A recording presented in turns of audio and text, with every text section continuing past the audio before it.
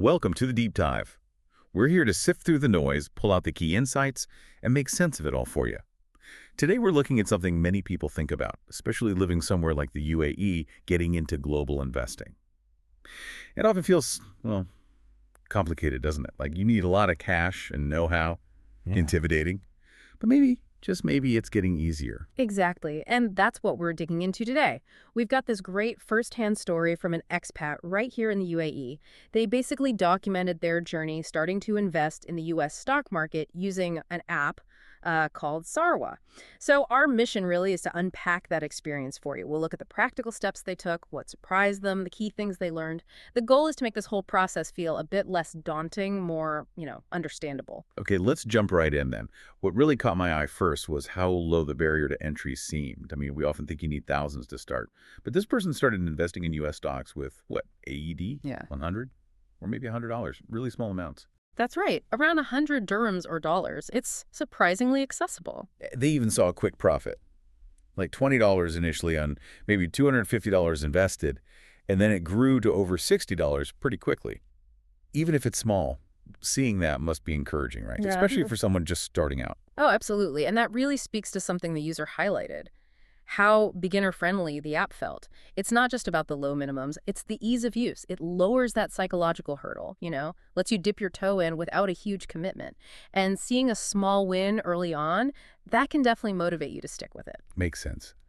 So for listeners thinking, okay, maybe I can do this, what were the first actual steps getting the account set up? Right, the practical bit. It starts simply enough. Download the Sarwat app, App Store, Google Play, standard stuff. Then you hit sign up. The user mentioned getting a welcome bonus through a referral link, which is, a nice little perk to start. Always good to get a bonus. Yeah. And after signing up, what info do they need? Pretty standard details initially. Your name, email, choose a password, your mobile number. But then comes the key part for security and regulation identity verification. You need to take a selfie within the app and scan your Emirates ID. Okay, so EID is crucial. Yep. It's essential for verifying who you are. The user noted approval was quick for them, like minutes. But it can take up to 2 business days, so you just need a little patience sometimes. And during sign-up, do you choose what you want to do, like trading versus saving? You do. You select the products. The user mentioned specifically picking trading stocks and ETFs. Those are exchange-traded funds, kind of like baskets of stocks, and also the high-yield savings account. Mm-hmm. Interestingly, they made a point of saying they decided not to go into crypto, even though Sarwa offers that too. Personal choice there. Got it. So account approved, you're verified. Next big step, putting money in, funding the account. How did that work out? The user seemed to find it easier than they expected. Yeah, they explored 3 main ways to add funds, and their experience is really useful here. First, you can try linking a UAE bank account directly. That's supposed to be free. It's supposed to be. Well, this particular user said they actually couldn't get that method to work for them personally, so maybe a bit hit or miss, or perhaps depends on the bank. Okay, but wait. Second option, using a debit card. That works, but there's a fee. The user felt it was quite high, around 10 AED per transaction, they said. 10 dirhams adds up if you're depositing small amounts often. Exactly. Which leads to the third method, the one they preferred and had success with, a wire transfer. They transferred from their Emirates EDCB account, Emirates Development Bank, and said it was free and, crucially, the money landed in their Sarwa account within minutes. Minutes. That's fast for a wire transfer. And free. Sounds like the winner. It certainly was for them. Seems like the best bet for cost and speed based on their experience. Okay, but wire transfers can sometimes be tricky. Did they mention any specific steps needed? Yes, and this is really important. 2 key things. First, when you make the transfer from your bank, you absolutely have to include your unique Sarwa reference code or put it in the transaction remarks. So Sarwa knows the money is yours. Precisely. That code links the deposit to your account. Don't forget it. Second, after you've sent the money from your bank, you need to pop back into the Sarwa app and tap a button that says something like, I have transferred. Right, so you confirm it from both ends. Exactly. 2 simple steps, but both vital for a smooth deposit via wire. And they mentioned auto deposits too. They did. A handy feature if you want to invest regularly, like setting up an automatic transfer each month. Good for building that consistent investing habit. Okay, so funds are in. Yeah. Now, you mentioned earlier choosing products during sign-up.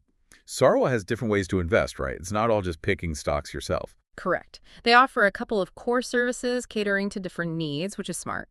There's Sarwa Trade. That's the one if you want to be active, if you want to pick your own stocks sometime up, buy Tesla, sell Meta, whatever. It assumes you have some market knowledge or at least the interest to research and manage things yourself. Right, the hands-on approach. Exactly. Then there's Sarwa Invest and Sarwa Save. These are more automated, hands-off services. With these, Sarwa's professionals manage the investments for you based on your risk profile. Much more suited for beginners, perhaps, or just anyone who prefers to set it and forget it. That distinction is useful. So let's focus on Sarwa Trade for a moment, since that's what the users seem to be doing initially. Funds are in the account. You've decided you want to buy, say, Tesla stock. How does that actually work in the app? Okay, so you'd go into the trade section, you use the search bar, take Tesla, tap on it, pretty intuitive. Then you'll see the option to buy. Now here you have choices. You can buy a specific number of shares, or you can buy a specific dollar amount. Buying in dollars. That seems easier if you don't want to calculate whole shares. Exactly. Especially with fractional shares. The user focused on this buy-in dollars method. You just enter the amount, say $100. The app then shows you everything clearly before you commit. It'll show the total cost, roughly how many shares or fractions of a share you'll get for that $100, your remaining buying power. And the fee. And the fee. They mentioned a fixed $1 fee per trade. That's it, $1. That's pretty low. Fixed fee is nice. Very competitive. So you review all that, make sure it looks right, and then you just hit place order, done. Seems straightforward enough. Okay, so stepping back, after going through this whole process, setting up, funding, trading, what were the users' main conclusions? What did they really like about Sarwa? Well, they summed it up quite nicely. Firstly, just the overall ease of use kept coming back to how user-friendly and good for beginners it felt. Okay, ease of use. What else? The fees. That free funding via wire transfer was a big plus for them, and the flat $1 trading fee is obviously very attractive, especially if you're investing smaller amounts regularly. Percentage fees can really bite them. True. Anything else stand out? Security and regulation were key. They specifically mentioned Sarwa being licensed by the FSRA in the Abu Dhabi Global Markets, ADGM. It holds a Category 3 license. And why is that important? Well, it means it's a properly regulated financial institution operating under solid international standards right here in the UAE. That provides a significant layer of trust and security, especially when you're putting your money into a digital platform. It's not some fly-by-night app. That regulatory aspect is definitely reassuring. Absolutely. The user felt, in their words, it seemed like the better option for beginners in the UAE and the Gulf region because of this combination of ease, low fees, and solid regulation. Yeah, they plan to keep investing.